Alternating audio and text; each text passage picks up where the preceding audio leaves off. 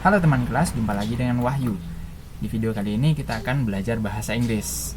Nah, untuk mempermudah teman-teman dalam belajar, video ini akan menjelaskan bahasa Inggris menggunakan bahasa kita, bahasa Indonesia. Sehingga diharapkan teman-teman akan lebih mudah dalam memahaminya ketimbang saya menggunakan bahasa Inggris, kemudian teman-teman yang baru belajar bahasa Inggris tentunya akan cukup kesulitan karena mau belajar bahasa Inggris kok diajarkan langsung dengan bahasa Inggris. Memang ada sisi positifnya, ada keuntungannya langsung belajar bahasa Inggris menggunakan bahasa Inggris. Tapi cakupan dan kemampuan kita dalam memahami pelajaran tentunya lebih rendah. Makanya video kali ini memberikan opsi buat teman-teman untuk belajar bahasa Inggris menggunakan bahasa Indonesia dulu. Nanti kalau udah jago, baru nanti terjun ke pelajaran bahasa Inggris menggunakan bahasa Inggris itu sendiri.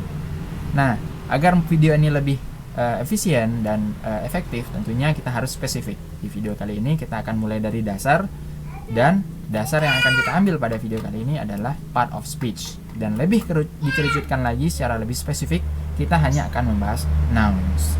Kita tahu bahwa part of speech ini ada sangat banyak. Pertama ada noun, ada adjective, ada pronoun, verb, adverb, preposition, conjunction, dan interjection. Ada sangat banyak ya.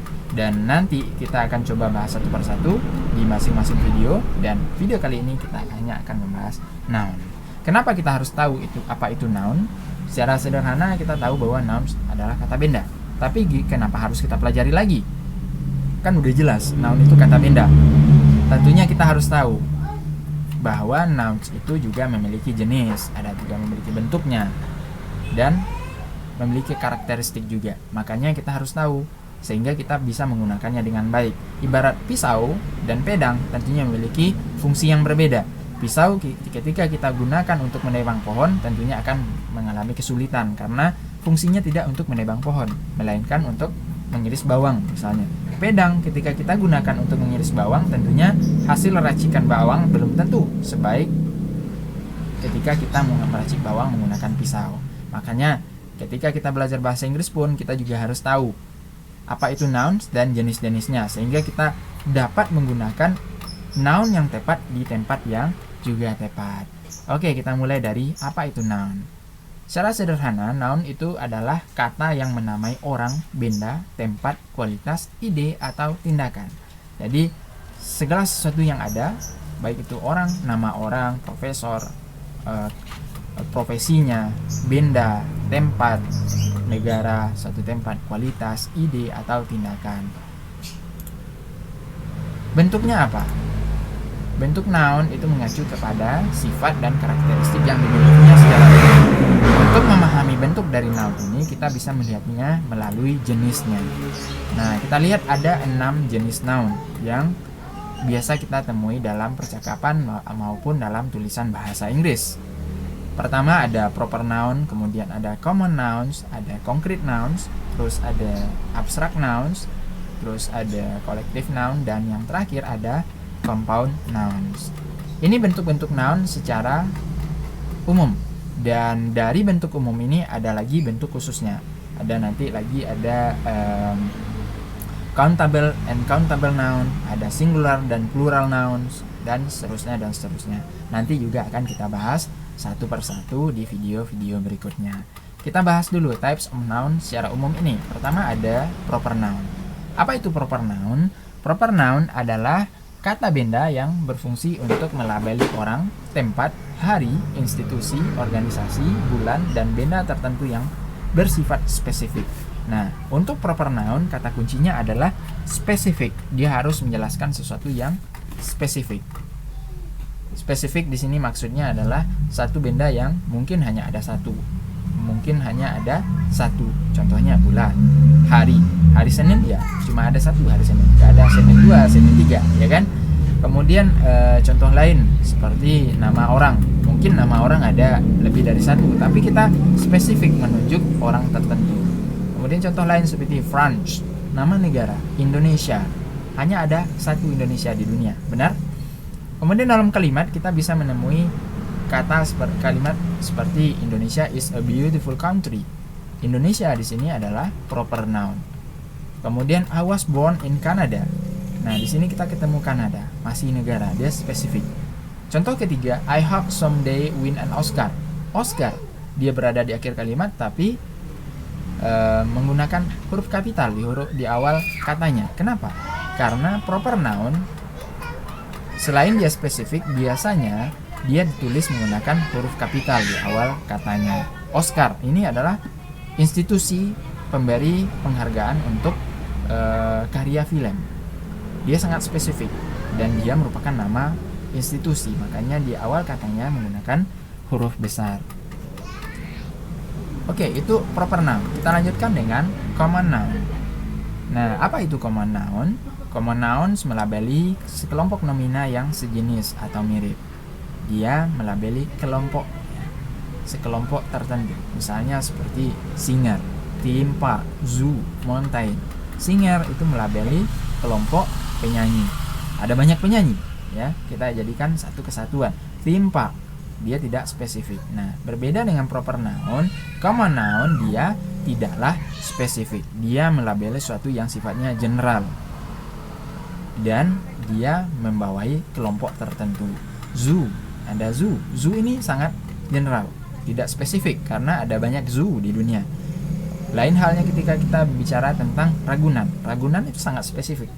Makanya kalau kita menuliskan Ragunan atau menyebut Ragunan, itu bisa kita kategorikan atau kelompokkan menjadi proper noun karena dia sangatlah spesifik. Hanya ada satu Ragunan di Indonesia, bahkan di dunia. Kalau kita katakan zoo, itu ada sangat banyak zoo, termasuk Ragunan tadi, ya kan? Nah, kenapa seperti itu? Karena proper noun dan common noun memiliki kaitan yang sangat erat. Sejatinya, setiap common noun memiliki bentuk proper noun-nya.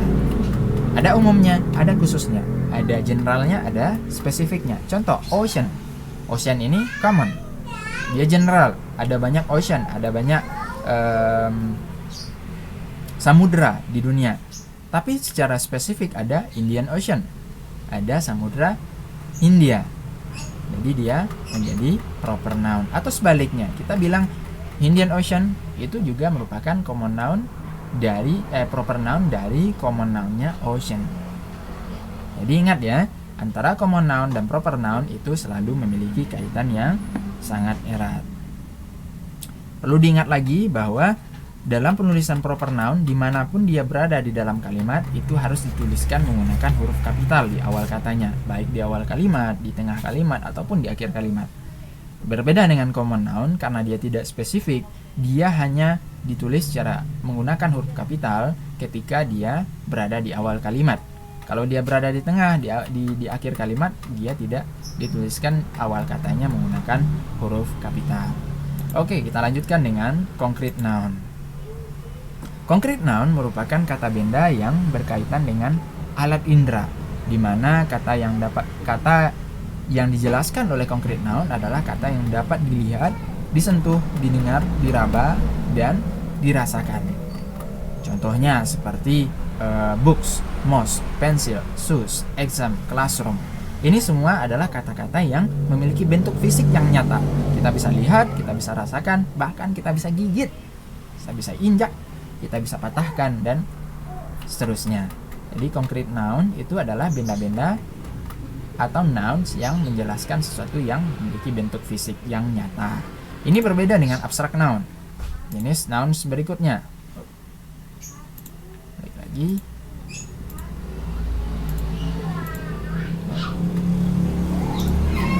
Abstract noun ya. Berbeda dengan concrete noun.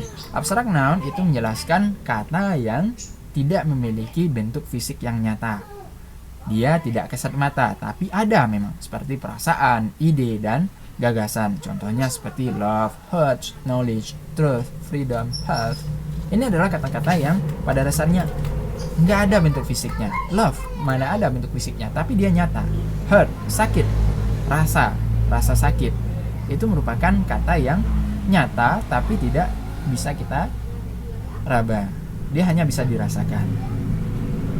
Jadi jelas ya perbedaan antara abstract noun dan concrete noun. Kalau konkret dia ya konkret seperti namanya, dia ada dan nyata dan memiliki bentuk fisik. Abstract noun dia abstrak sesuai dengan namanya. Oke, lanjut dengan collective noun.